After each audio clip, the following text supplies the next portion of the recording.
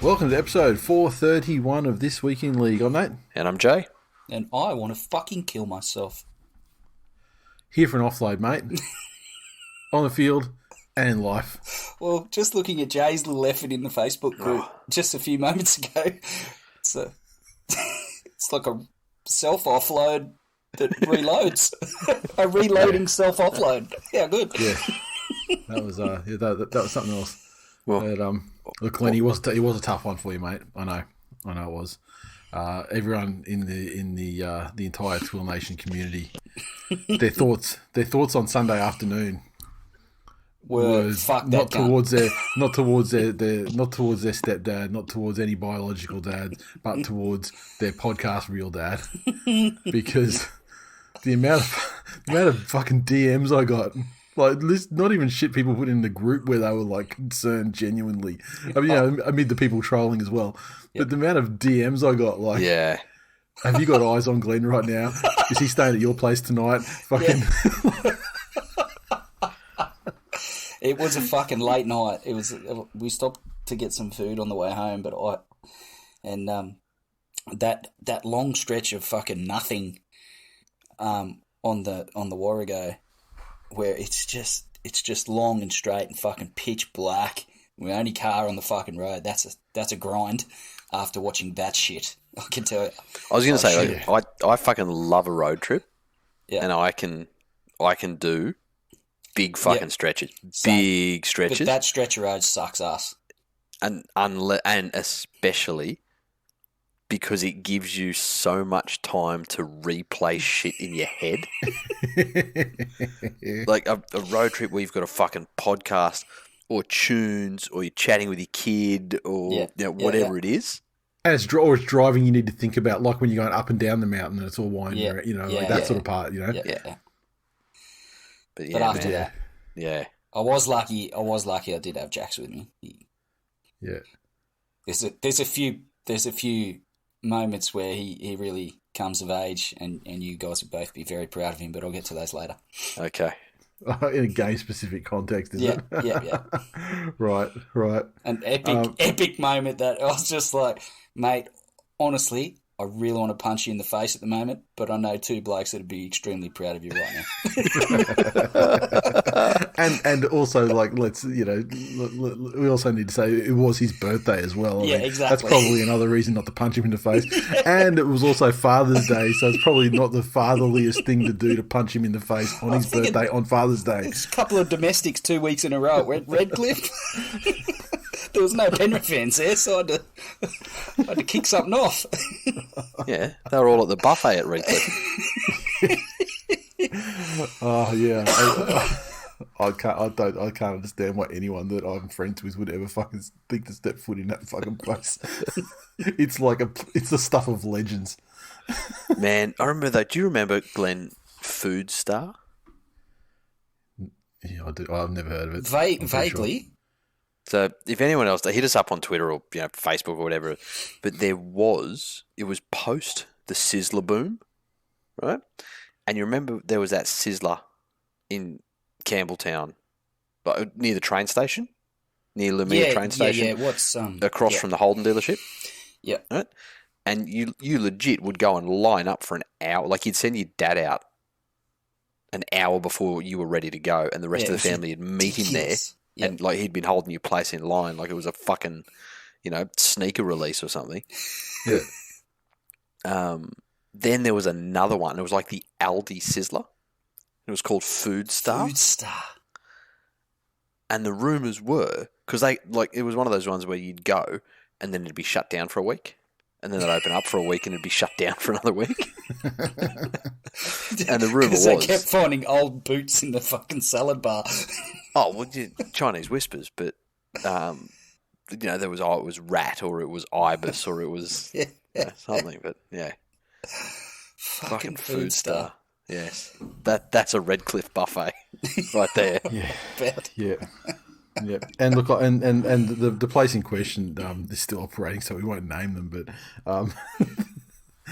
I've never been there. I just the people talking about it on like the local community Facebook group and stuff. The amount that they love it tells me that it's a place that I never want to fucking step foot in ever, like ever. They've got another one over at Strathpine, I think, as well. It's a different name, but it's the same operators. They're not selling any fucking artisan smashy burgers with fucking custom fucking carved pickles, are they, mate? Does the other one? The other one they have sound like it could be my restaurant? Yes. Okay. Yep, I know. And they had another one, and they had another one by that name at Brookside that just shut down last week after being open for like a month. So you know exactly what. Yeah, you know the one. It's the same. How bad is your food when the business concept of pay very little money for shitloads of food doesn't get people through the door? Have either of you, and I'm pretty sure I already know the answer, but I'm going to ask the question anyway. Have either of you ever been to a Ray Shays in New South Wales? Oh, Rashays? No, I've never been. Is it Rashays, Ray Shays? Yeah. They've started, they've opened some up here, haven't they, as well, recently? Not that I've seen. I don't know. Oh, sorry, I shouldn't say that. I don't know.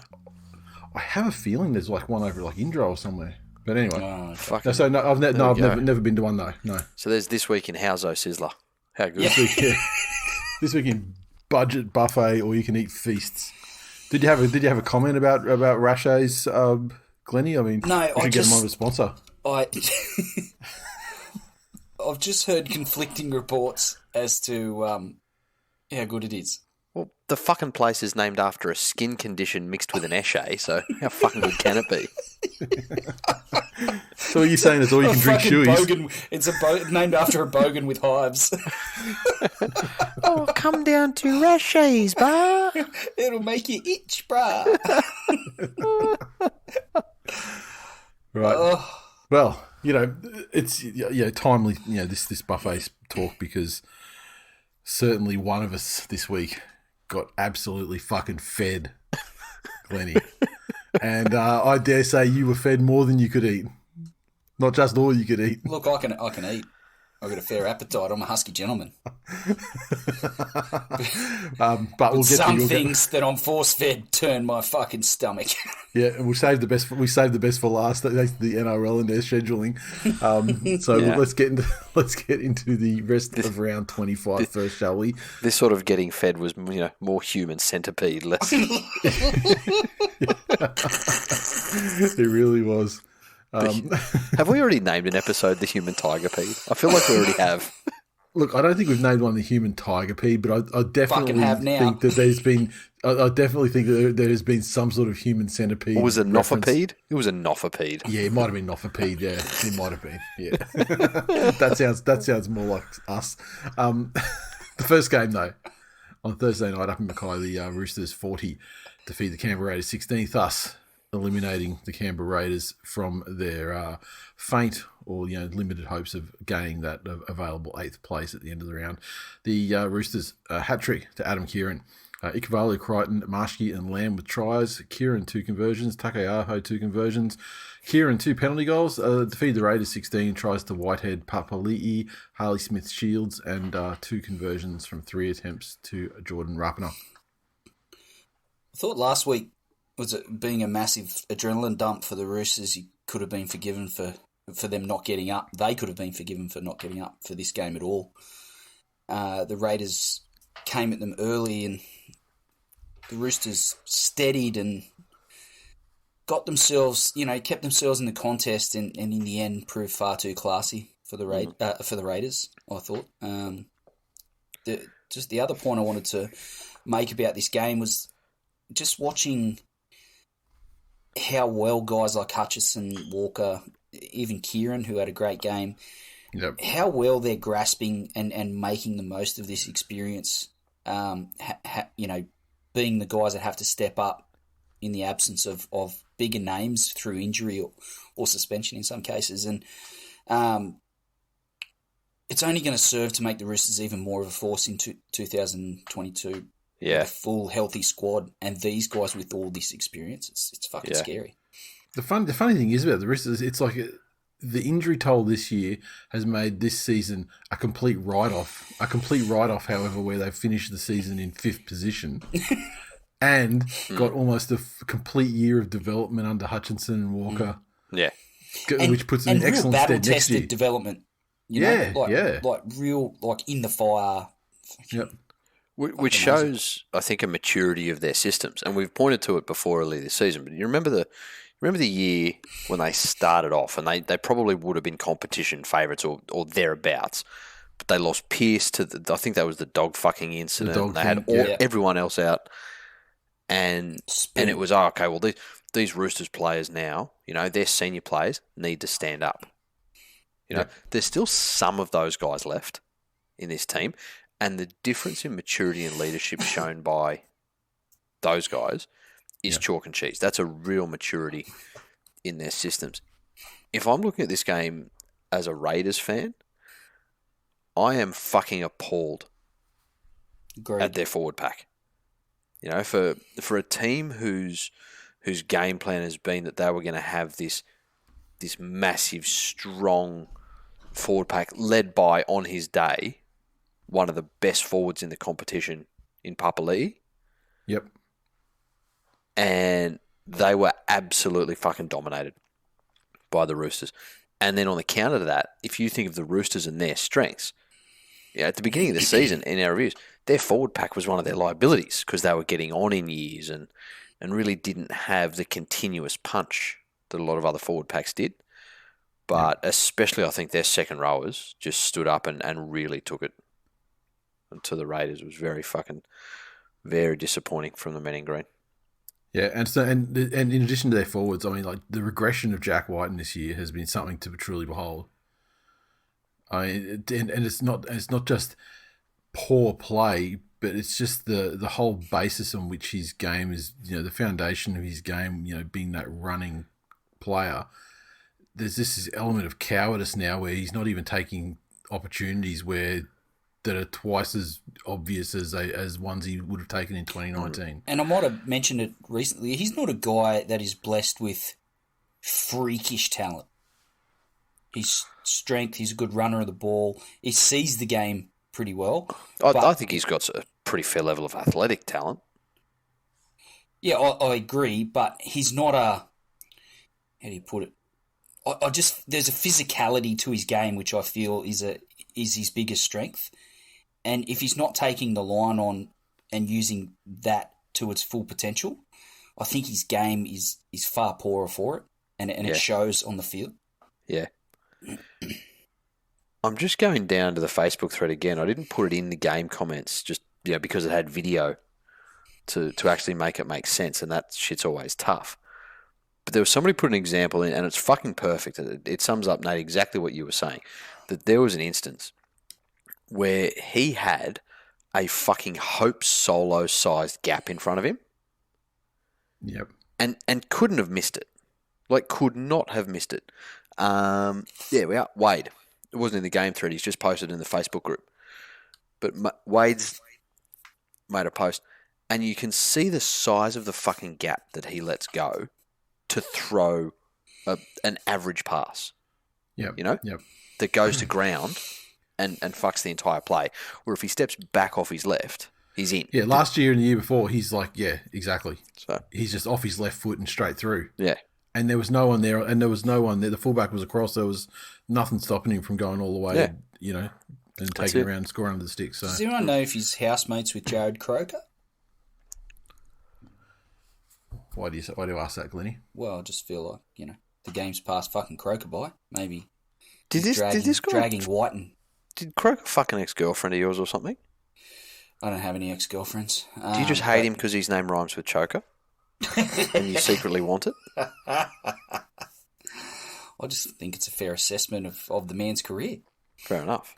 And listeners of the show, who've been going back to the start, would remember that this vendetta is not a new thing. It's been going since day one. Yeah. For some fucking reason. Yeah. Look, hell. There's no rhyme or reason as to my targets.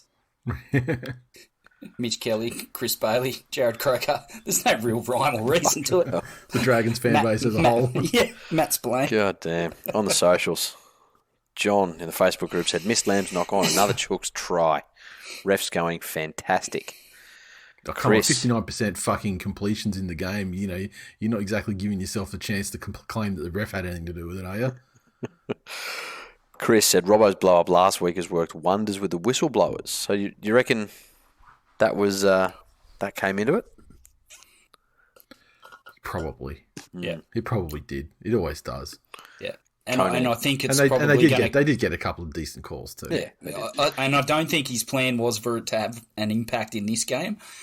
Maybe in the next couple of weeks, I think it was probably his plan. Ricky said, Conan said Ricky should schedule a fine-inducing press conference during halftime. And Ian summed up yours, Glenn. He said Robbo should have saved his blow-up for the week before they versed a respectable team. And from Twitter, at Repat Expat Kaz fan, said, don't think we can go toe-to-toe with the Panthers, Storm and Seagulls with our World War II like casualty list, but to put the cleaners through Canberra was mighty satisfying. There you go. Right. Friday pub slot game, the Melbourne Storm sealed the minor premiership, defeating the Sharks 28 points to 16. The Storm's 28 came through a hat-trick to Ryan Pappenhausen, Brandon Smith and Marion Seve with tries. Nico Hines, 3 conversions and a penalty goal, defeating the Sharks 16 through a double to Sione Katoa. Connor Tracy with the other try. Trindle, 1 conversion, 1 penalty goal. So the Sharks were pretty game and their effort was high. Ultimately, they were outclassed by more superior structures to no one's surprise and done in by several pieces of individual brilliance through Grant. Harry Grant had some quality touches, and a couple of really big moments. Jerome Hughes and Pappenhausen, commentators are saying he's back.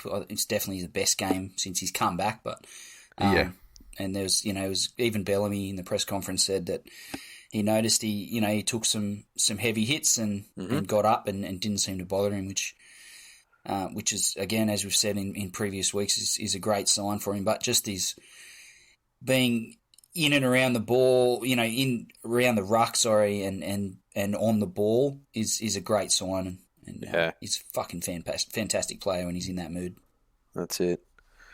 I just think the Sharks missed a fucking golden opportunity here. Like, have you guys ever played blackjack in a casino? Mm-hmm. Yep. You know that the last person before the dealer, they're called the anchor, and it's their fucking job to take bullets for people. It is their fucking job. Surely, they could have had Aaron Woods do it. He's not going to be at the club next year. Just fucking coat hanger Pappy, take the king, right? Hit on 16 for the rest of us, you dumb cunts. And let us all do what nature intended. But no. The Storm are just far too clinical, and even when this wasn't one of their best performances as a whole, they were a little bit clunky, a little bit off, but it's that freakish ability they have that when shit's not going well as a unit, they've got that individual talent to break it out. And we've seen Brandon Smith do it a couple of times during the year. All of a sudden, Melbourne were in grinds and found themselves looking like they'd met their match in a game. And then all of a sudden, Brandon Smith just breaks 47 fucking tackles and runs 20 metres himself to score. Yep. So the individual talent level in Melbourne is just ridiculous. It's unbelievable. Yeah. And the Sharks didn't play badly in this game. I mean, it was really just like that soft try to Seve kind of broke their back a little bit, whereas otherwise they were kind of... they were right in it. They were right in it, and they were definitely playing to get into the finals and not try and sort of just Bradbury their way in, but waiting for the Titans to do their thing. So I'd also like to point out that my prediction in 2016 has come true. Which was 2016. That was the only time that the Cronulla Sutherland Sharks would have any sort of relevancy at all, and they would just fall in meaning year on year on year, whereas now they've just bundled out of the finals and won't ever play finals football ever again. The West Tigers will play finals football before the Sharks will. Okay, that's the big one. There you go. Take the soundbite of that one, folks. And let's see how quickly you get to use it. Because I got to say, it seems a fucking long way away. It seems like a long shot at this stage. What you're saying, I mean, look, if you said that both of those sides weren't going to make the finals for a little while, I'd put money on that. But trying to say, relying on the West Tigers to win you a bet, it's just such a fucking dangerous path to take. I feel like I'm best placed to speak on that. Yes. Not a good place to be, mate. You were actually like twitching in the face when he said it. Like, Anything else you want to say on that one? No. Ben said if Katoa isn't the best finisher in the comp, he's got to be extremely close. No. Would you gentlemen like to rattle off any finishers you think are better than Katoa? I think his efforts in this game were fairly high quality. yeah, but they don't. But that's just what most wingers Do. like good wingers do. I almost said that's just what wingers do, but Yeah. David said having 3 fullbacks, 2 hookers, 3 halfbacks only actually playing in 4 spots is a lot of footy smarts in our spine, and we are extracting the full toll tonight. Except for Lewis, who was given away 3 penalties and cooked a couple of plays up. He's having a poor night. Yeah. Oh. Nathan said finals on the line and the Sharks missed 50 tackles. That was, I think, where they really let themselves down. They were in the game in attack, but their defence left a lot to be desired. Mm. Yeah. On to the next one. The Brisbane Broncos. No, sorry, the Parramatta Eels. Yeah, sorry, the Panthers 40 defeat the Eels 6. Second game down there at Seabus on Friday night. The Panthers had a tries through a hat trick to Brian To'o. Cleary, Pangai Jr., Burton, and Coruscant with tries. Cleary 6 conversions. The Eels tried object and conversion to Blake Ferguson. Floor is yours, my friend. They continue to show exactly what they missed in the grand final last year, and that is patience. In that they had expectations that they would go out and put 50 on this team in the first half. And at half time, at 12 points to 6, that Parramatta, because, let's be real, Parramatta C-grade team would have been over fucking joyed. And they would have been sniffing an upset from their end. But what would have crippled Penrith teams of other years, that psychological, we should be much more ahead and we're not, and we'll start chasing. These guys just don't let it sweat them, and they just go out there and they go about their business and they take the high percentage options. The mistake level is probably a little bit too high for my liking going into the finals.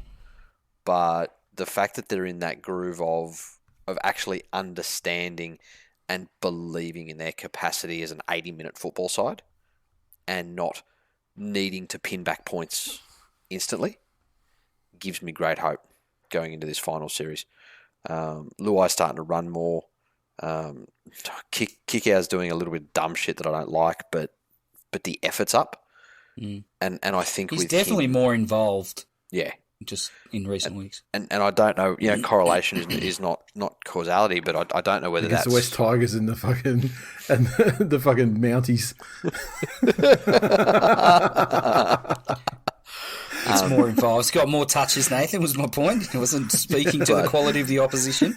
But but having Pangai there, I think has sparked a little bit in him in terms of, he's a guy whose game is similar to mine in his dangers. What a shame Pangai isn't unsigned for next year, so that he could be a legitimate threat as a pick your shit up, or we might sign this guy in your stead. That's it. Hey, option, because at the end of the day, if Kickout really wants to, talk himself back around to being the lazy bastard that he can be, he could say, well, he's gone in a couple of weeks anyway. Although I guess here's that thing though, it's that reminder that those guys are out there.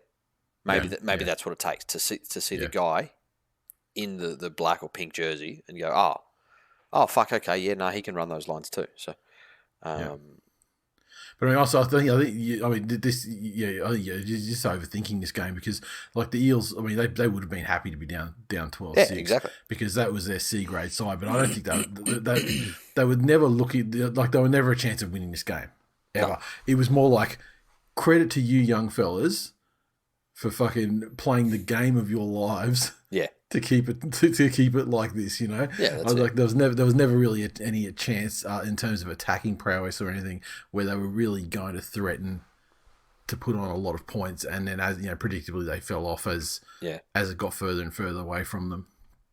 Interestingly enough, only 3 ruck infringements blown all game, but 9 penalties. Mm.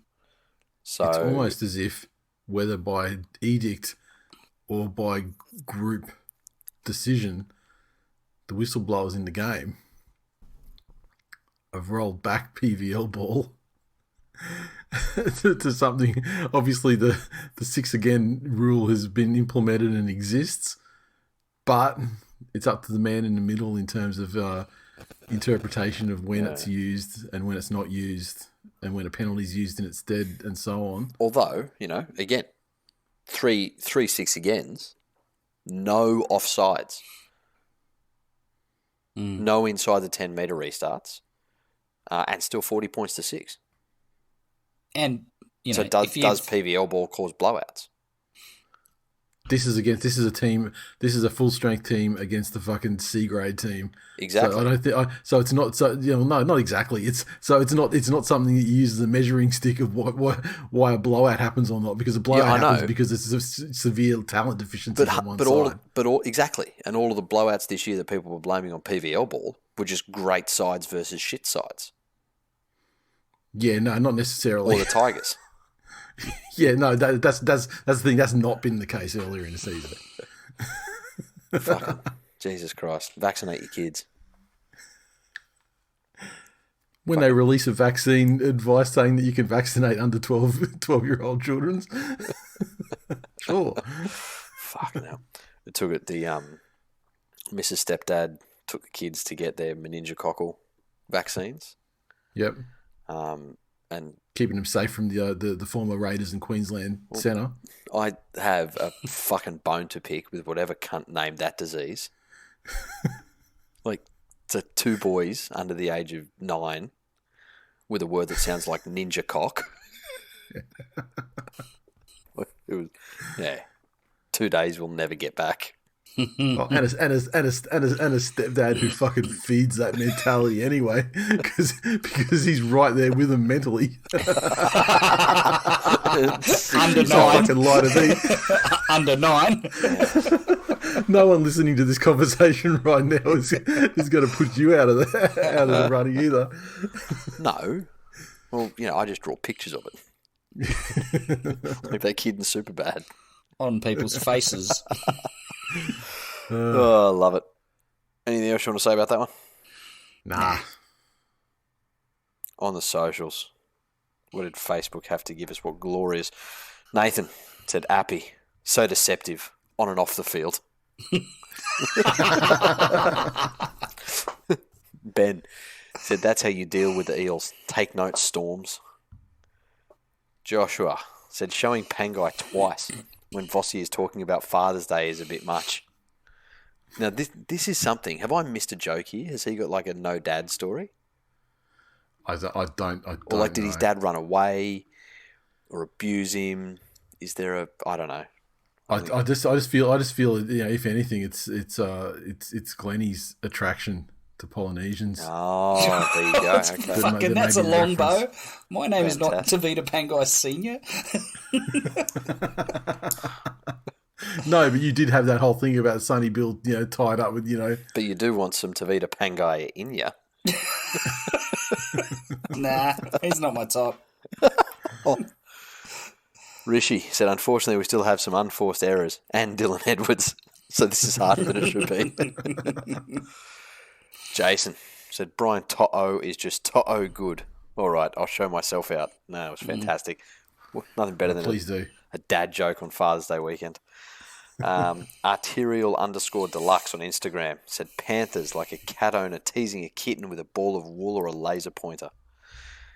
Cat like 7 said, I think 4 more scrum plays and Fergie's going to grasp the concept. Yeah, that was ordinary. Poor Fergie. Has anyone signed him next year? Or is he on the shit cunts unsigned 13? Probably. He's still only a matter of unsigned, time. isn't he? Only a matter of time. He'll be off to England before. Oh, you're saying he's going to be off to the West Tigers? Oh, wouldn't fucking surprise me. There's an Mate, internal review. There's an internal review happening. He's a better option than Noffa. But Kenny and Noffa have both got years on them. At reasonable I'm cash. okay with Kenny. I don't think he's I don't think he's been terrible at any point. Yeah. But would you take Fergo over Noffa?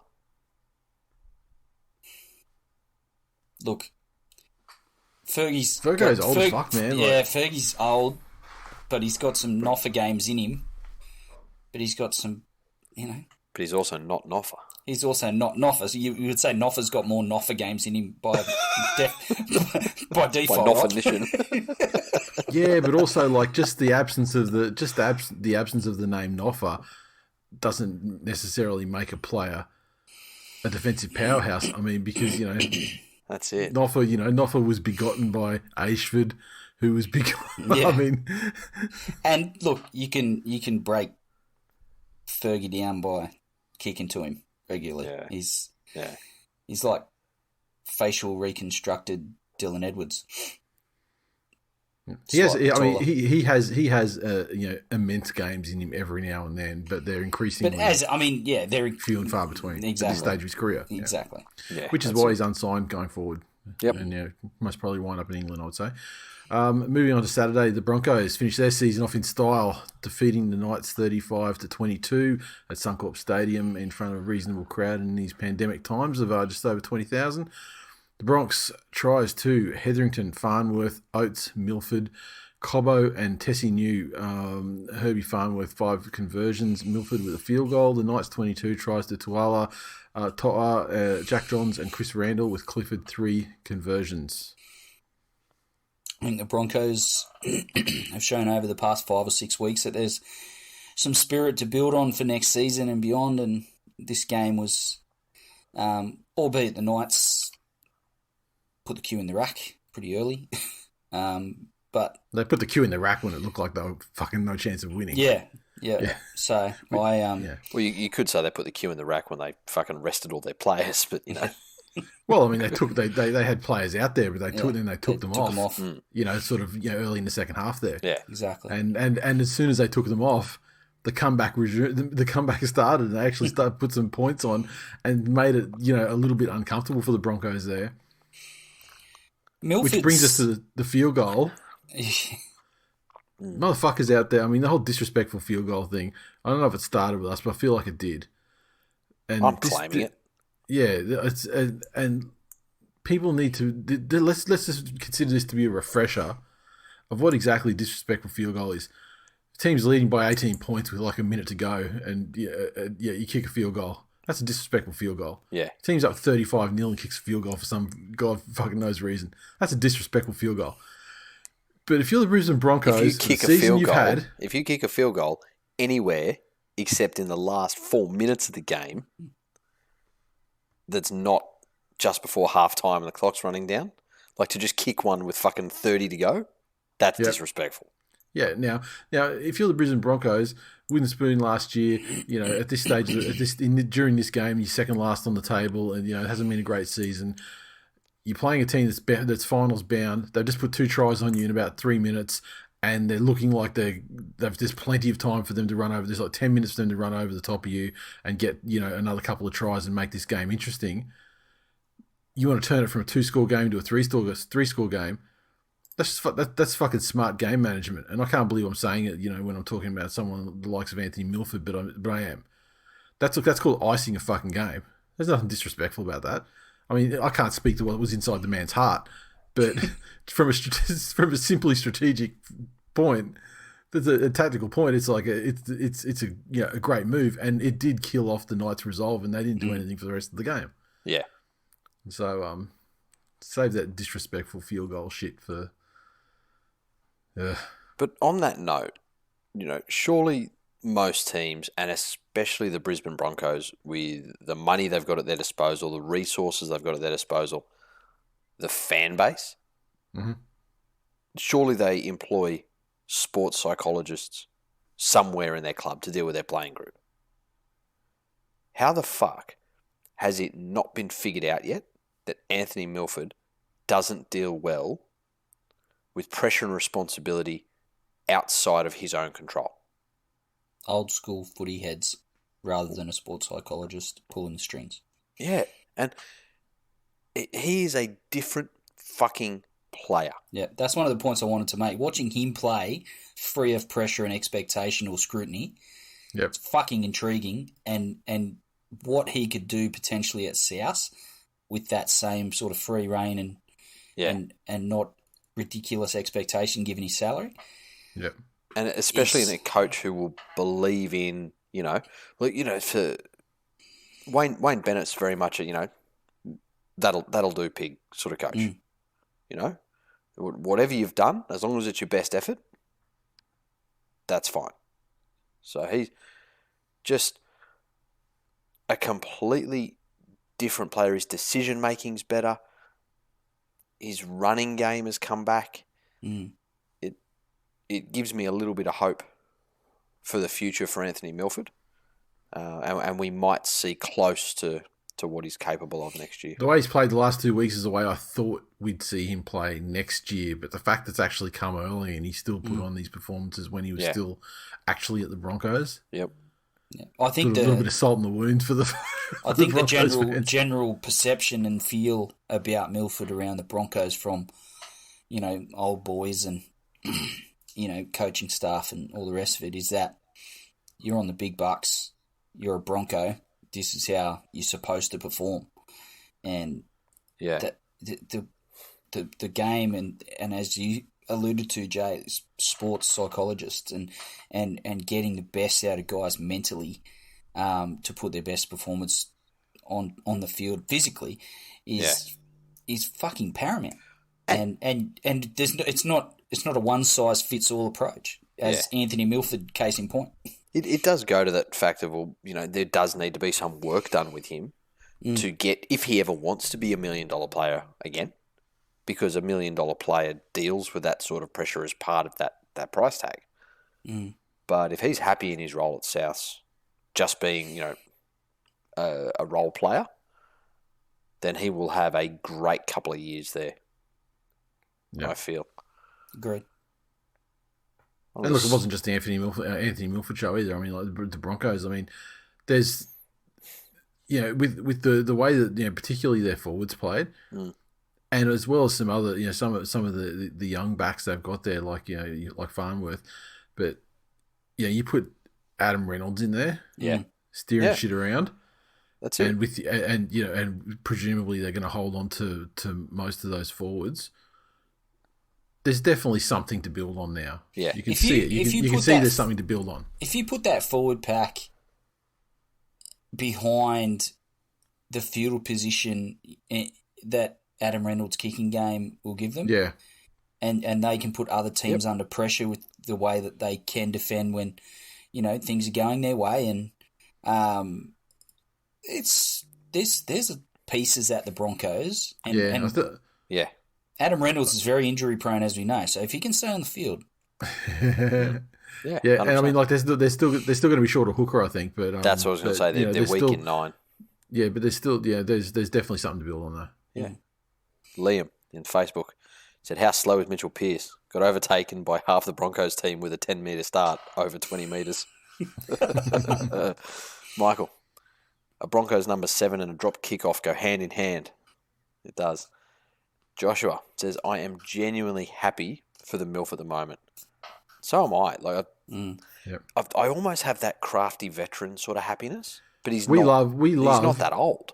We love a redemption story, and I'm not talking about the redemption story of like a guy that flogged his missus, but the redemption story of a player that's been written off, who then starts to make a revival. Like, no one championed Benji Marshall at the Broncos more than we did. That's it. We fucking loved it. And people know how we feel about the Broncos. I remember how erect I got when Luke Lewis... Remember that patch where Luke Lewis was just making fucking clean line breaks every fucking game? I was just willing. 85 metre intercepts getting mowed down 5 metres out. So I'll put this to you, gentlemen. Luke Brooks, Canberra Raiders. What are you hearing? I'm not hearing anything. I just want him the fuck out of my club, and I figure the Raiders is a fucking logical solution. Why are you picking neither the Raiders or the Tigers game to talk about this? No, I'm just saying, redemption story. Will you have the same love in your heart for Luke Brooks if he starts killing it somewhere other than the Tigers. Fucking oath I will. You I will fucking hypocrite cunt. Can you imagine he's playing against the Tigers? It's the revenge game. Of course. He picks up a ball. It is written already. He picks up a ball off off the half volley off his ankles inside the in-goal area, runs it length of the field, scores a try. This time it is allowed because he's the veteran redemption. That's it. And I'd like no one to be happier than that. Well, Luke Brooks would be the happiest, obviously, but then me. And Ricky Stewart teaches him how to ground the ball with T-Rex arms. I would be 100% happy for him.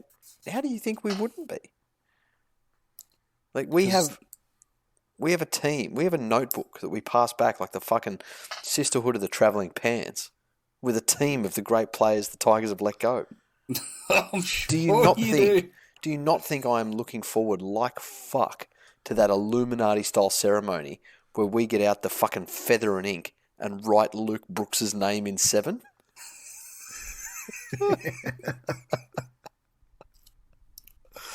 It's not where I thought that would go. Bring it on. What about the Knights, boys? You just put it down to the fact that they couldn't improve or decline in this game, or do you think that they don't have what it takes? No, I just think that there was no motivation to really. Because you've been big up on the Knights nuts the last probably month. Yeah, I think specifically you though, out of all of us, you. Me.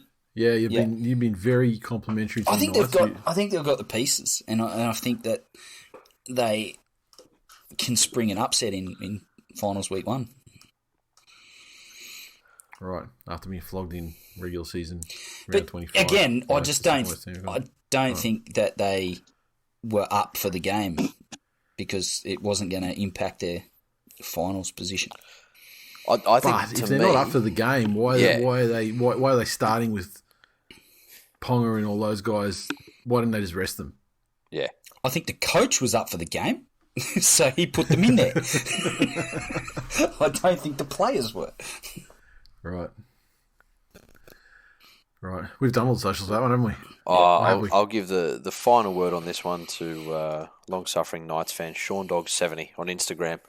He said, trying to keep it all in perspective, a win doesn't mean much. There are a few players missing. Resting seems to make sense. Get good for the finals, blah, blah, blah. Then you look at how Penrith went last night and you see what winning teams do. Bloody Knights. I hate supporting them. It's the Broncos, for God's sake. And I think that sums up the worry, and it's exactly like you said. If they can't get up for their springboard into the finals, that's the concern for me. It's just like that. It's just the habit of and the confidence that just comes from winning and winning and winning, you know. And that's why the Eels were mystifying to me why they put out that C grade side. They had such a bad run recently, and then they get their shit together and beat the fucking Storm of all people, and they beat them fair and square and just dominated them. Yeah, and then they rest everybody to go into the finals. And I mean, like, you know, if they have a complete regression this week, then I mean, it's no fucking surprise. Mm-hmm. And Brad Arthur hasn't shown me he's a good enough coach to somehow load manage all of this resting and shit like a Bellamy would. Yeah. Up to the abattoir, the mighty Manly Seagulls 46th destroyed the North Queensland Cowboys 18 and cemented their position in the top 4. Manly tries to Jason Saab, Ruben Garrick, a double to Jakey Turbo, a hat-trick to Tommy Turbo, and DCE with a try as well. Garrick 7 conversions, defeating the Cowboys 18. Tries to Tabuai Fido, McLean, and Condon. 3 of 3 conversions to Valentine Holmes. All yours. Decent game, reasonable game.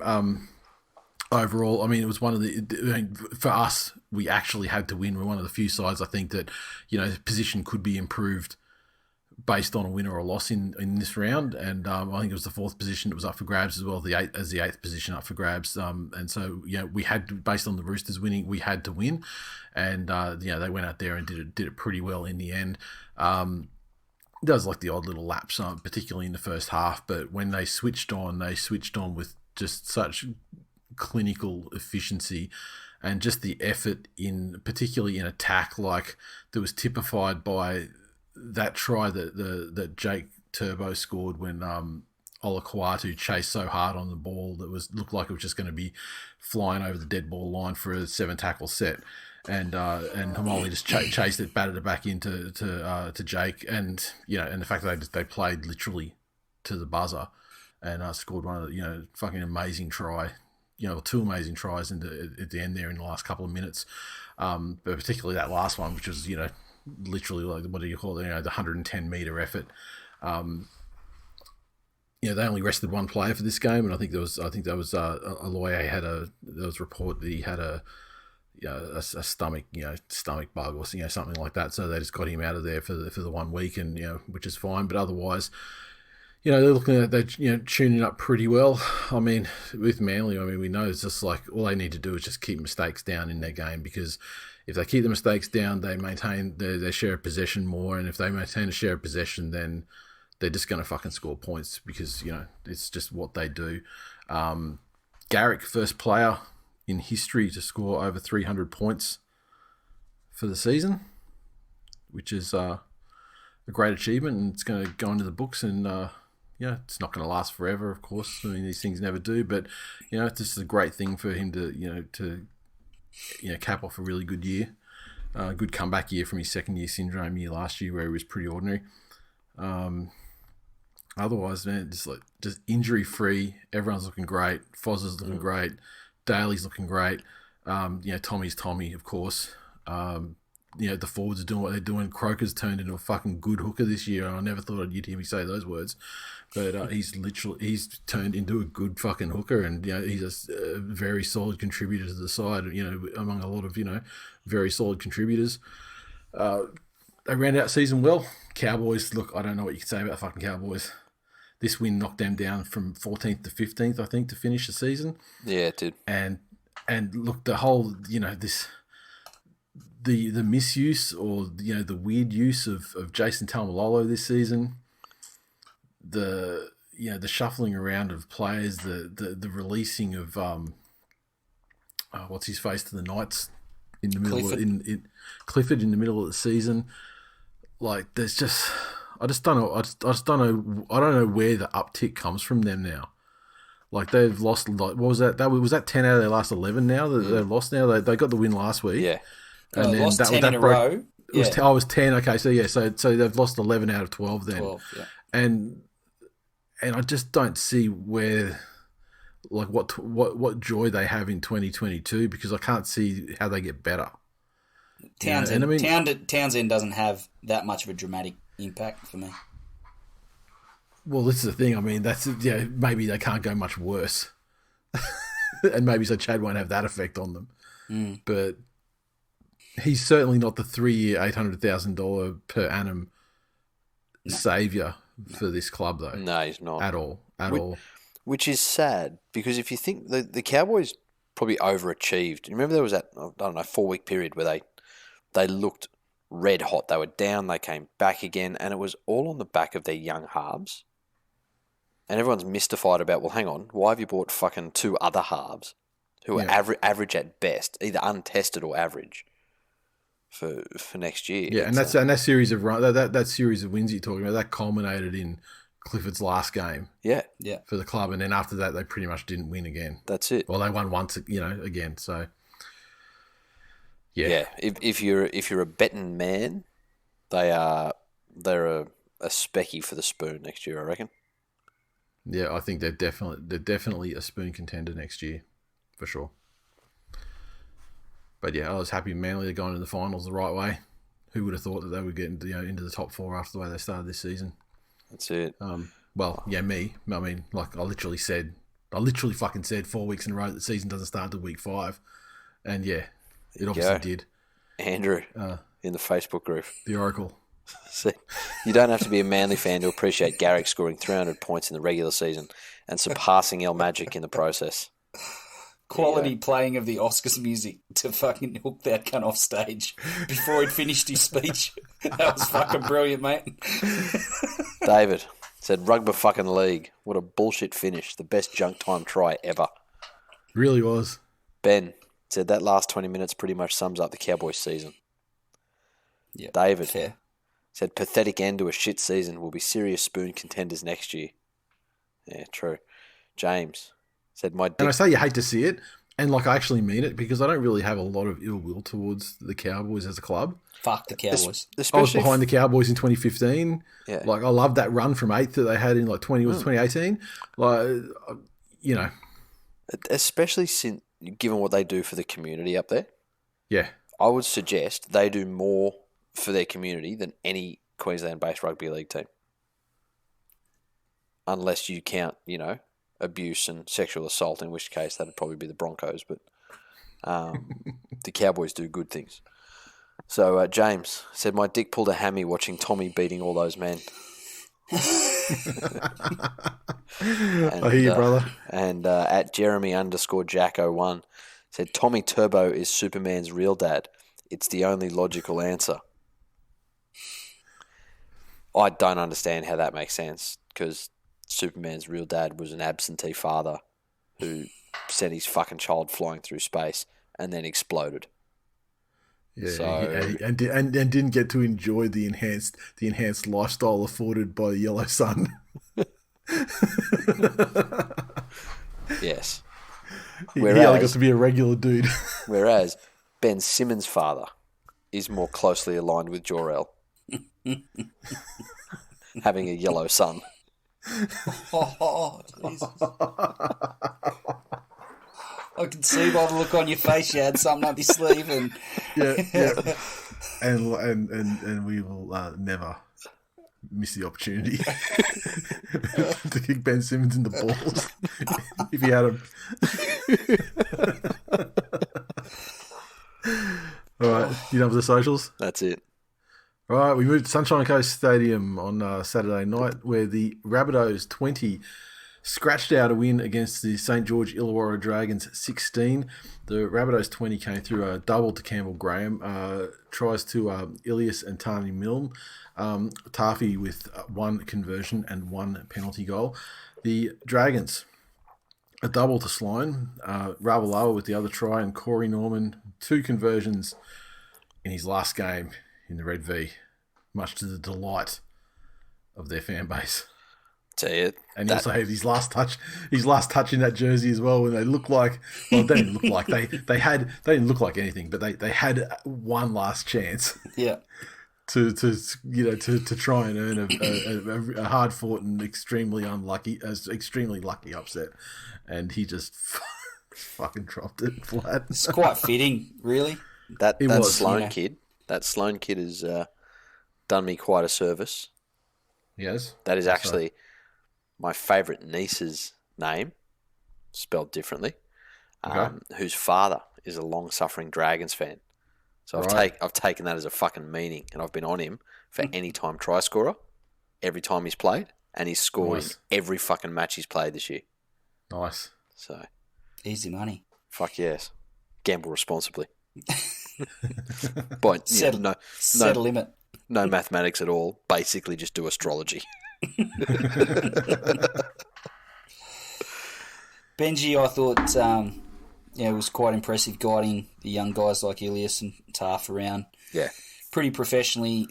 Where did Ilias play his junior footy? Oh, he's another one the West Tigers will let go. Add him to the list. Get your feather and your ink out.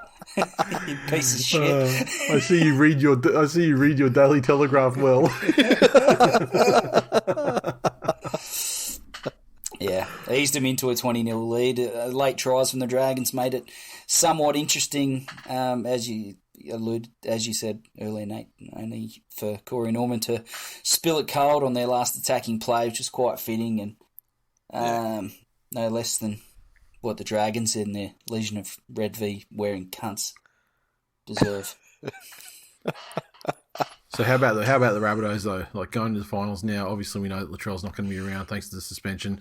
This game was the audition for Taffy to see if he has what it takes to sort of be in the number one jersey going into the important games. Bennett was Wayne Bennett, I guess. Yeah, he did some things I liked and some things I didn't like.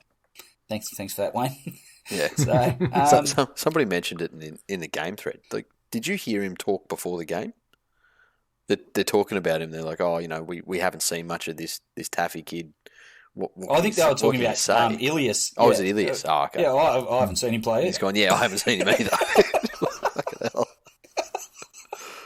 Oh, He's a fucking troll. Yeah. I don't know. Does he be a fairly big play from Wayne Bennett of all coaches to pick a fullback that's played one game to play in a finals match?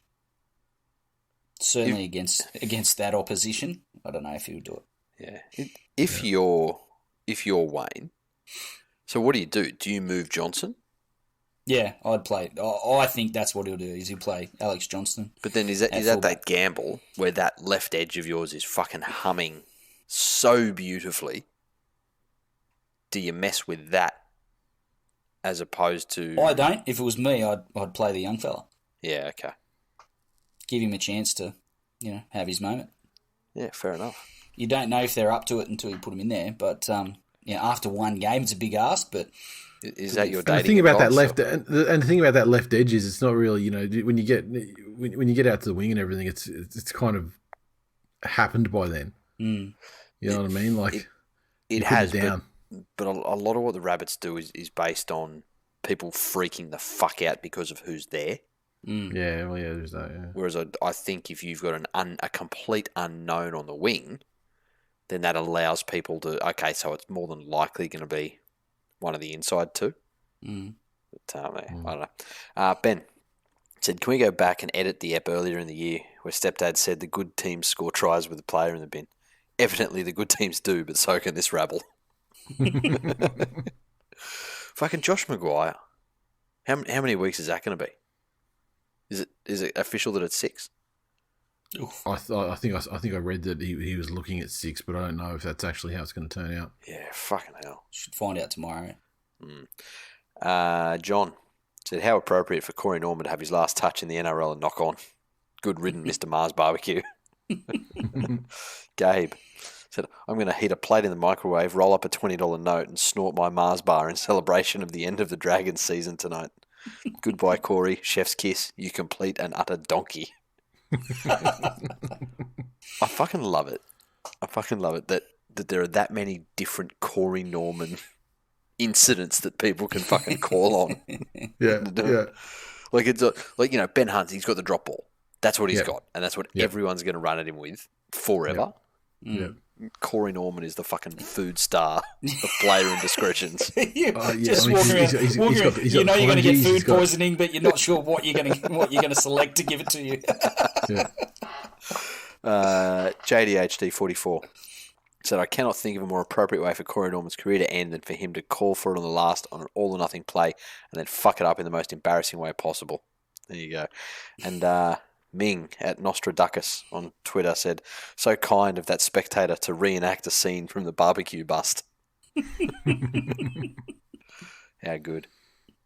Right, the move on to Sunday games, and the Gold Coast Titans 44 defeated the Warriors 0 at Seabus, and the Titans 44 came through tries, a double to Jaden Campbell, Mitch Rain, a double to David Fafita, Brian Kelly, Patrick Herbert, Mo Fotuaika, and Fogarty, 6 of 8 conversions defeated the Warriors 0. And, of course, the equation going into this game was for 8th place on the ladder, the Titans had to win by 11 or more after the differential that the Sharks managed to, they managed to save a little bit in the relatively close loss to the Storm earlier in the round. And the Titans, they sort of battled hard to get themselves in that position where I think they were around like 16-0, and it was in their keeping. And it was all a bit of it was all on edge for a little bit. And then once it sort of got to 22, then the jubilation on their side sort of spilled over and they started playing some real carefree attacking footy. Yeah. And the Warriors just fucking mentally imploded with, their grub patrol that they've got in the forwards there. Punches were thrown and sin bins were had. Fuck. And that's exactly the scenario when you need to maintain a certain scoreline margin to get into the finals, then once you've head-fucked your opposition and have men advantages, then it's, you can just hammer the advantage home, which they did very well. I think the game was definitely over before it went to 13-10, but became a game of fucking touch footy after that. Did someone tell Matt Lodge that tonight is the night he dies? Because after the melee, he wanted to have a bit of a he'd been sin binned, and then someone had a crack at him, and he was about to go back in. His eyes almost rolled back in his head. Well, he was having a running battle for most of the game with Jared Wallace, and when he got sin binned and Wallace got sin binned as well, and it was kind of like that Brookie Brawl situation where so Lodge slowed right down, trying to sort of catch him, let him catch up to him so they could go round two, and then he thought better of it, and then just sort of stalked his way off to the bin to do his thing, and the crowd gave it to him, and he gave him finger and went on his way. But look, I love that sort of spicy chaos. Especially in the last round of the season when and when the verdict when the game was over, like numerically speaking anyway, it made it a little bit a bit spicy, but that was Ashley Klein again this game, wasn't it? Yep. Fuck, this guy can lose control of a fucking game lately, can't he? I mean, that's 2 weeks in a row his game has bubbled over to the point where he's had to send guys because shit was just getting too spicy. Yeah. In the actual football, though, Jaden Campbell brought some big dick energy in an attempt to secure the fullback jersey. There's talk that Brimpleton may. I hope Brimson likes the Paddock Bakery because he'll be fucking playing for Burley more often than not.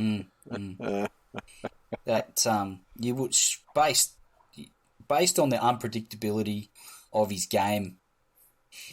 You wouldn't take him out. No, he's like, look, physically speaking, he might be a little bit light now because he's a fucking child. But I mean, the enthusiasm. That's a fair understatement, Nathan. He weighs 8 kilos. No, only a little bit. I wouldn't want to put too much on him because his speed and elusive nature and unpredictability and everything. I think it all comes from being not too huge, but he definitely needs a little bit so his body can survive the rigors of first grade football. Yeah, he needs to grow into himself a little bit. But he's a fucking he is an out and out star. Yeah, already better than his old man. I'll say it. Oh, fucking what? Yeah, I'll say it. You are a shit human. Well, I'm fucking blowing up a new exciting star, and I'm a shit human for a Queensland side. For a Queensland side, I'm look, I'm blowing him up. I mean, it's not like he's going to fucking wash out at Toowoomba after getting blown up by a host of this show, mate. He's playing first grade now.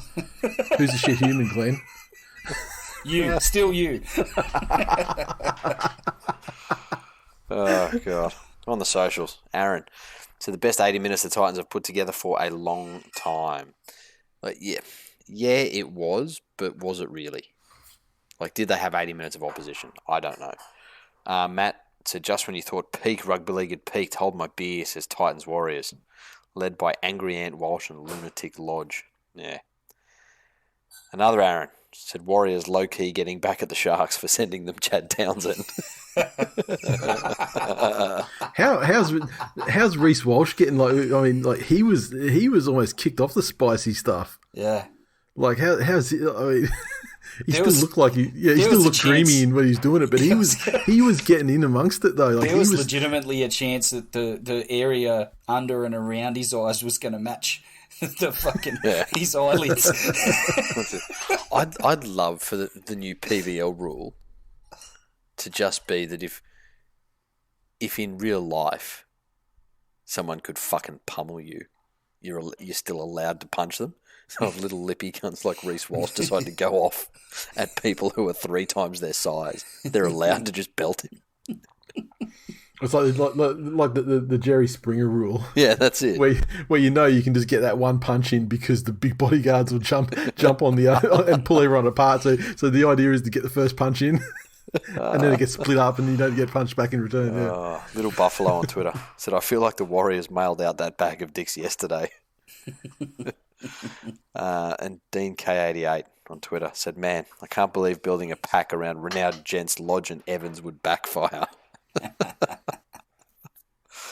That Kane Evans, though, that must be one of the first legitimate undisguised punches thrown in fucking ages, though, right? Didn't he throw a piss poor one still an undisguised punch? At Will Chambers. Yeah, that's right. And I think he was trying. in this game, I think he was actually trying to make up for the fact that he punched a grown-ass man in the face twice who didn't have any sort of guard up and failed to do any damage whatsoever. I thought for a minute, when he got binned, I thought for a minute that he was going to escape from it because he sort of threw that punch and then Tino sort of got him and sort of pushed him well out of the frame and like away from where the melee was. And I thought, he's fucking got away with this here. He's he's thrown a punch and then ended up so far away from the whole melee that like they were on Matt Lodge and those guys, but nah, sure enough, they got him. Yeah, they did. Is that it for the socials? On to the next one. Right, the last one of the round. We don't have to if you want to skip it. Boys, you look tired. Jay, you look tired. You look tired, mate. You don't need to do this. We don't need to do this, boys. I'm exhausted, but I feel this game was going to give me wings. I could have actual AIDS. Actual AIDS. And I would fucking Magic Johnson my way into talking about this game. Canterbury Bankstown Bulldogs 38 defeat the West Tigers 0. Oh, that's better than caffeine. I'm back. Shazam! Yeah. Meany 2 tries. Averillo 2 tries. Hetherington a try and almost 2 tries, but he got a try. Ockenbaugh and Corey Allen also with tries. Meany 3 conversions. Hopper Jr. in his final game in Canterbury colours, he got a conversion, and Meany with a penalty goal. Our man on the ground, Glenny, was actually at this stadium for this game. Yes. He's a West Tigers supporter. Break it down. How did it go? Badly. Look, I'd had a lovely Father's Day, and I continued, to be honest, despite the result and the way that the Tigers played. I did enjoy my Father's Day, and it was also my eldest son's birthday. So we'd been into the city. We'd had a fucking lovely lunch. He'd bought some new basketball shoes. We were all fucking high on life. New freaks. Yeah, okay. His choice. Yeah, I guess, considering where he's come from. Just say Jordans and move on, Glenny. Jesus Christ. No, look, I'd understand the child's age. Yeah, but it's a bit fucking predictable. Well, he also, the pair that he bought previously were LeBrons, so that's probably going to have an impact. Okay, it's a fucking improvement. Jesus Christ. Anyway. Why didn't you fucking steer him towards a good pair of KDs? He was considering those. He was looking, but it's his choice. It's his money. So you made him buy his own. Fuck me. No, it's his birthday money. He'd been given considerable sums plus the money that he gets. He earns a bit of money by doing some stuff around the workplace, and saved up some coin and wanted to buy himself some shoes. Okay. Next time, let me know. I'll take him shopping. We'll fucking do it properly. Okay. Excellent. Get that as a fucking soundbite. Jackson Blakely, I'm going to give him your number, and you're going to regret saying that for the rest of your fucking life. No, I fucking won't. But he won't walk around with Giannis's on his feet. Yeah. There will be, like, fucking... When the floods came in 2011, they killed 7 people in Toowoomba. He will get back there, and there will be more drip on that kid than in that city. They got washed away the entire fucking settlement at Grantham. All the house and land packages. Oh, I'm glad we're talking about this and not the game. It's so good. But no, we Jackson. Speaking of natural disasters. Yeah. Sorry. Speaking of things getting washed away, Jackson and I made our way up to the game and plonked ourselves on our seats. There was a couple, an older couple sitting in front of us. Lady had a retro hoodie on, West Magpies hoodie, and a Victor jersey on underneath, and a Magpies flag in front of me. It was quite fitting for Father's Day. Brought back some nostalgia. from Bruiser, and I was there, sat at the football to watch my team with my son. It's fucking disgusting to watch. And was in person. fucking predicted to be a little bit of a fucking ring-in game after you'd done the right thing and shown up to a game they were obviously going to lose against Penrith. You showed up and you took your fucking medicine. Okay, just on that now, this is the moment, right? So we sit down. Jackson says to me, "How do you think the Tigers are going to go today, mate?" And I said, "To be honest, I feel like we'll win. We should win." And he goes, "You reckon it'll be close?" I'm like, I'm actually hoping. I'm hoping for a bit of a fucking drubbing. Because I don't want it to be close, because that's fucking embarrassing. Okay? Wait for it. The game plays out. It's about 22-0. I'm pretty sure it got to 22-0. Jackson turns to me and he said, "Dad, you know when I asked you before kickoff, and I asked you how you thought the Tigers were going to go, and you said you were hoping for a bit of a drubbing." I said, "Yes, mate." He goes, "Look, I'm not trying to be a smartass, but and people only say that when they're going to be." And he comes from a fair bloodline, but he knows. He says, "Dad, the devil hears your prayers too."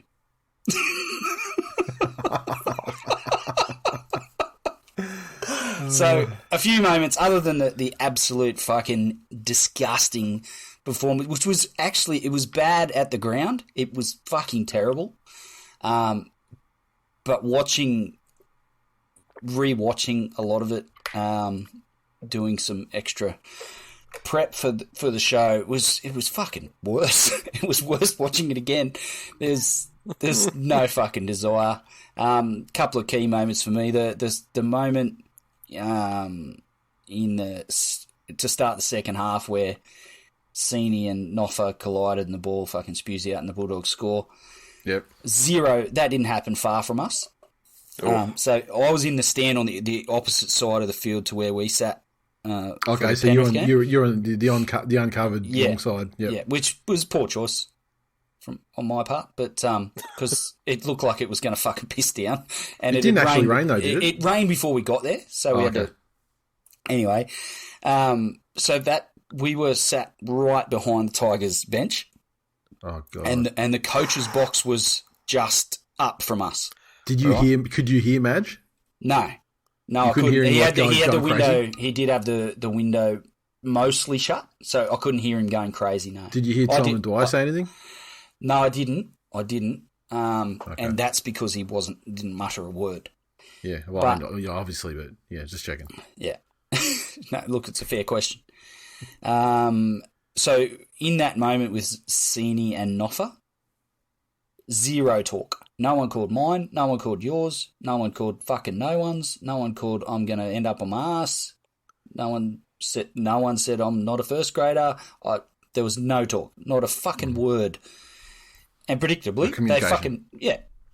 they ran into one another. Yeah.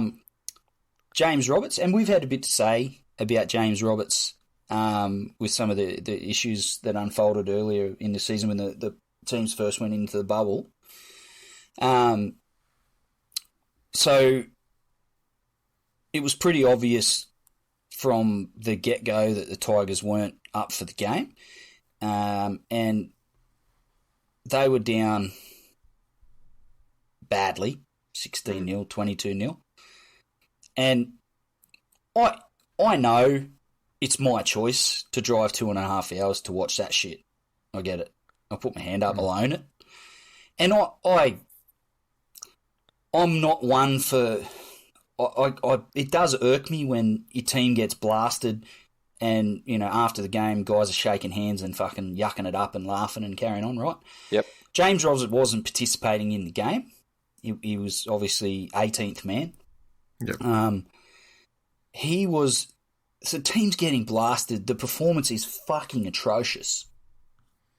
And he could have been doing his own stand-up routine. He's laughing and yucking it up, like looking around at the crowd and fucking cracking jokes with the blokes next to him, and it fucking pissed me off, if I'm honest. Because I know it's the last game. I know our season was over. I know it's the last game of the year. But fuck, it wasn't a good look for me, my personal opinion. The old lady in the Magpie hoodie, she grew up around Lidcombe Oval, had a little bit of a chat to her. Fucking, she got up and she said, we've got to get public transport home. I'm sorry, but I can't watch this anymore. I have to go. I'm going to fucking apologise to me. Anyway, I'm going to sit here and take my medicine. But with 20 minutes to go, it wasn't a particularly big crowd, but 20 minutes to go, fucking people just en masse headed for the exits. Yeah. When before kickoff, Maguire, as I said, we were sat not too far from the coach's box. He had to walk up the stairs just to the right of us to get to the coach's box. As he's walking up there, all the Tigers, there was a fair contingent of Tigers fans around where we were sitting. Everyone gave him a bit of a clap and said, "We're with you, Madge." We've got based off the Tiger Town thing. I think it's probably painting him a really good light. Did anyone say, "Don't worry about it, Madge, the West Tigers are always in a fucking game"? No one said that. Oh. No one said that. Did anyone tell him what their why was?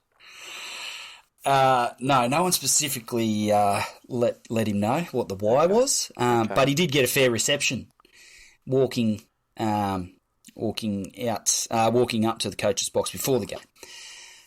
In direct contrast, at half time, when he makes his way down from the coach's box towards the dressing room to give them, a chat about whys and why the fucks and the other things that he's want to do in the dressing room.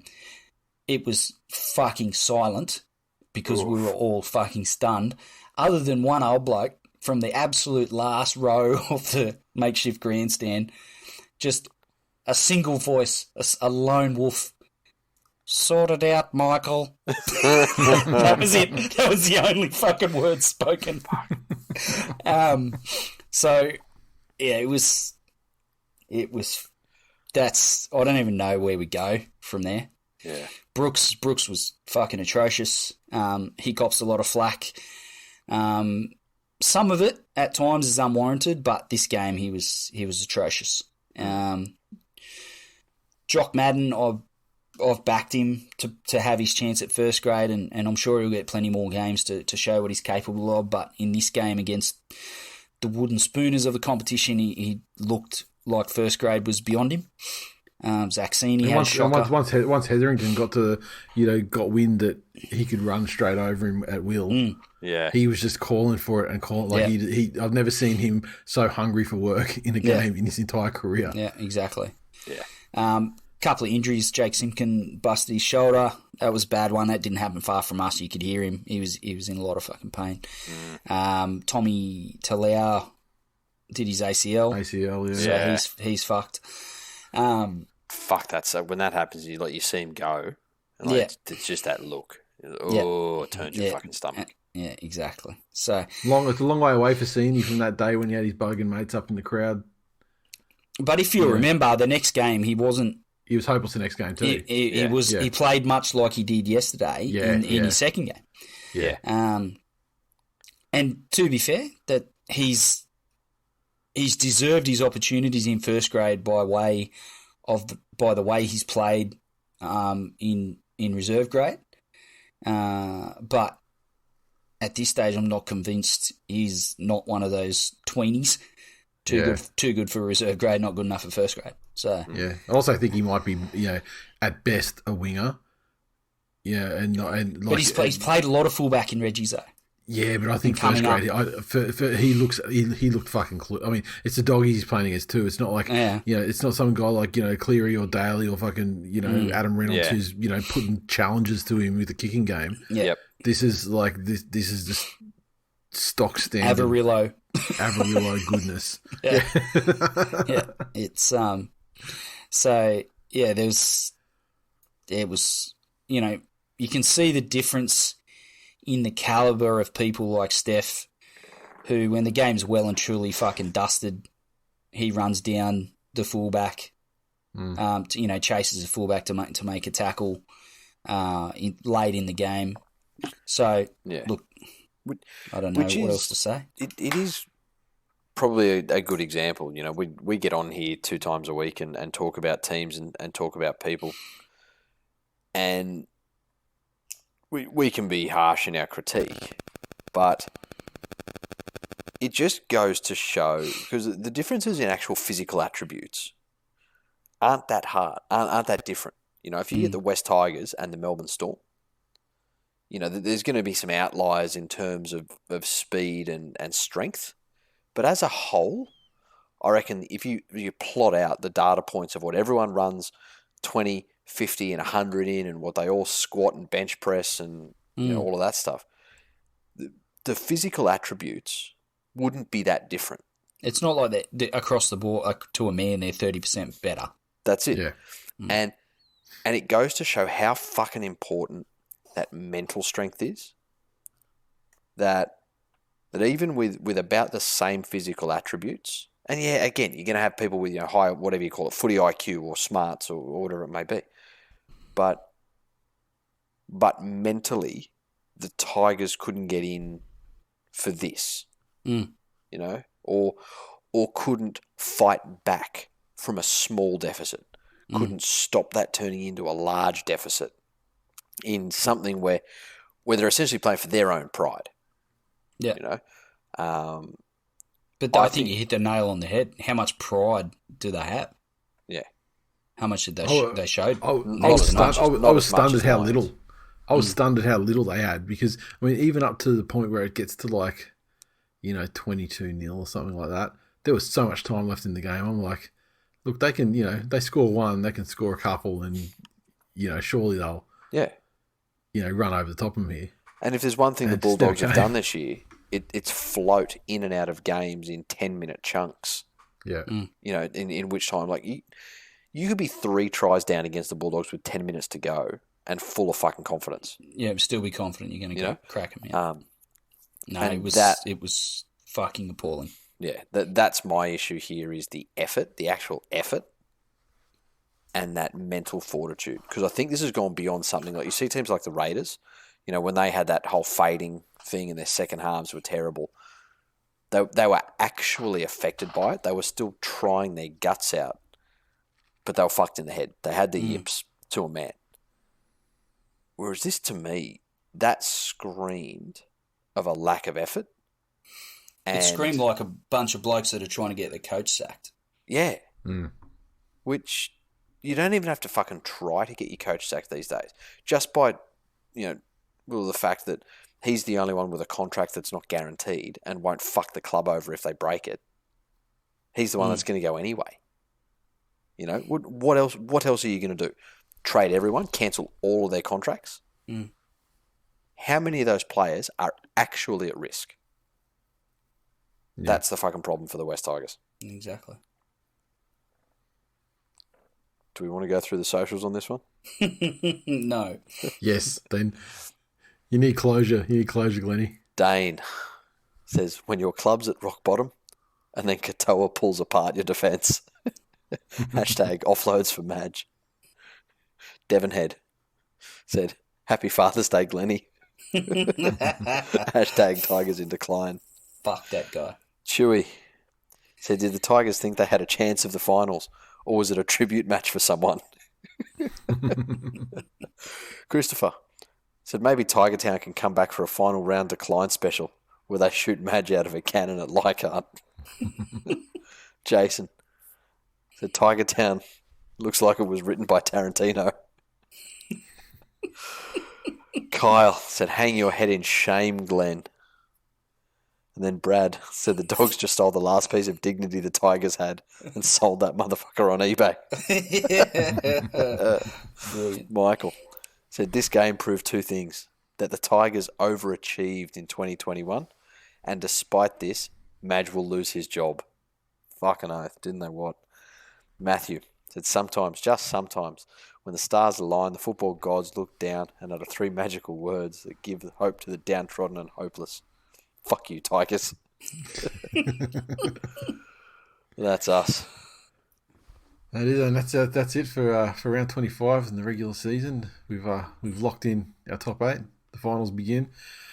Got my finals tickets today. What a fucking cunt circus that was too, by the way.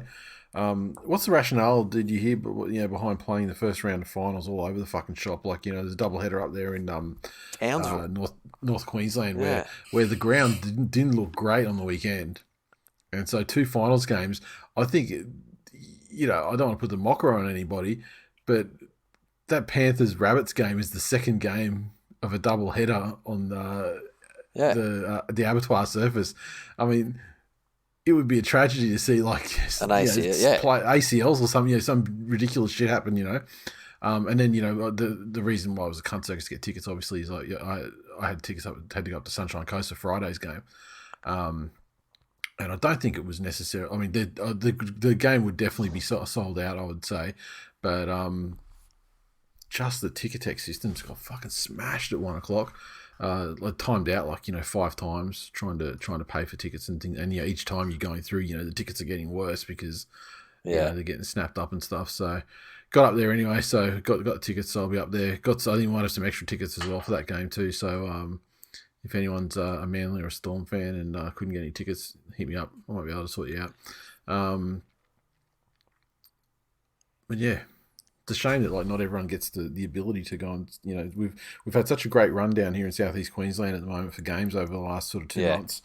So it's a shame that presumably as the finals progress and the games get bigger, like over sort of week 2, 3, 4, we're going to see them more at probably Suncorp, or Suncorp and Seabus or something like that, rather than the smaller grounds. Yeah. But yeah, I guess we'll find out. But how much does Townsville hold? 25. Yeah, more than that. Yeah, enough. Yeah, it's a good ground, and it's definitely a final. I mean, the surface is not so. The surface is more the worry for me rather than the actual ground and its capacity. Yeah. And look, given COVID and everything, Seabus can handle capacity for a finals game, no problem at all. Yep. Suncorp obviously can do it, stand on its head. But we shall see. And exciting times. Who knows if it was something imposed on them by, there were all those new conditions around remember when they had the last lockdown? Yeah, and it could just be, just fear of that shit down at Beanley and that too, with that truckie. Yeah, true. And they're like, let's fling the games out. Have they locked down Logan yet? No, they only. I thought they would have announced that this afternoon, but because they've got everything under control, from what I can tell. I mean, it's like the wife and the kid, I think. Yeah, okay. And they've been in isolation the whole time. They had certain there's listeners of the show involved in certain school community down there, and the school got locked down because the daycare attached to the school is where the 4-year-old that caught it was attending, and so what a surprise! Fucking community that eats chicken embryos gets a fucking pandemic. Oh. And but that school has since been they've been released from lockdown this afternoon. So I know you're a listener, but Dan Andrews, there is a fucking breakout at Logan. I would suggest finding someone in your community named Barb and hosing her down with fucking bleach. Just force feed it ivermectin. I hear that works. Oh, the good old horsey paste. Anyway, fellas, that's it. Full time. Regular season. It's done. Done. Full time for the regular season, and the episodes they only get shorter from here, boys. How was your first year back, Glennie? It was It was so enjoyable to have you back on board. I see the look on your face. It's lovely. A pleasure from start to finish. It was. Oh, look, it's not over yet, but I feel like it took me a little while to find my feet again, but I think I'm back there. It's good. You are. You're officially the kids are back in line. Officially the Dylan Edwards of this show. Fucking cunt. Again, that's right up there with fucking associating me with Grover, you piece of shit. Oh, Glennie Edwards. But no, seriously, just coming back and you know, interacting with you guys on a weekly basis. Can't believe I'm actually saying this because you guys are both cunts, as we know. But it has been a big part in me coming back from a pretty fucking ordinary place last year. And sometimes you need to get back to and remember, you know, what's important to you and the people that have you back in their own fucking special ways. There are fucking doctors out there now diagnosing you with TWiL home syndrome. That's exactly it. But no, seriously, last year, well, the fucking first part of last year and the 2 years prior were pretty well fucked. And coming back to this and other stuff that we've had going on professionally and, you know, in the last 12 months or so has fucking been pretty amazing. So I appreciate it. And, yeah, all the cunts that kicked me at the start of the year can eat a fucking dick. That's the spirit. That's the spirit. They were your motivators. Yeah. They were your why. I found my why. Well, you found your why real fucking early in the season. The West Tigers are still looking for it on a player-by-player basis. Did any of them find their why? No. I think Moe found his why, you know, when he sort of pulled the ripcord and jettisoned himself out of there. You know. Moe found his YES, I will go to the Dragons. Yeah, he found his why because, you know, he can't take a breath in the wrong way without fucking Noffa getting on Twitter bitching about it. You know, something he did. So Noffa still hasn't found his A and B, so I don't know what hope he's got to find his Y. Anyway, boys, that's full time for episode 431. Thanks for listening, everybody. As always, you can interact with us in a multitude of ways, such as Patreon, our social media communities, and much more. thisweekinleague.com/links. Get on there, get around it. And just a reminder, yes, Patreons this week. The theme of your episode, neighbours. Yep, and I've had a couple sent through already, which is great. But yeah, the theme of comments, stories, and questions. Neighbours. So for everyone that's not on board, we are theming our Patreon episodes from here on out. This week, the theme is neighbourly encounters. Mm-hmm. Subscribe to listen. Exactly. And that's at patreon.com/TWiL Nation. Get on there, get around it. And yeah, of course, actually drop us a rating and review on Apple Podcasts. Tell a friend. Bring your friends into the TWiL Facebook group. It's a great fucking time. And the banner never stops. And particularly this year as well, like, you know, we often see some drop-offs on the socials as our teams, you know, come in and out of contention, and particularly at the end of the season where, you know, some teams, you know, after Origin are pretty much out of it for the season, but this time where the teams have given up hope and stopped fighting, mm-hmm. The punters, they'll keep swinging to the death. So get around it. Look, that's it. You fellas want to add anything else? How good's finals football? Let's go. Fucking awesome. I love it. Ask me on fucking Saturday.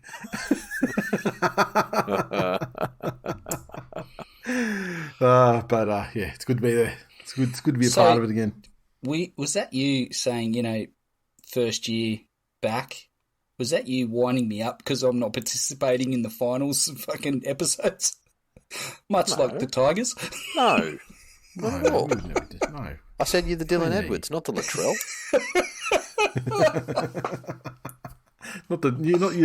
You're not the David Nofaluma.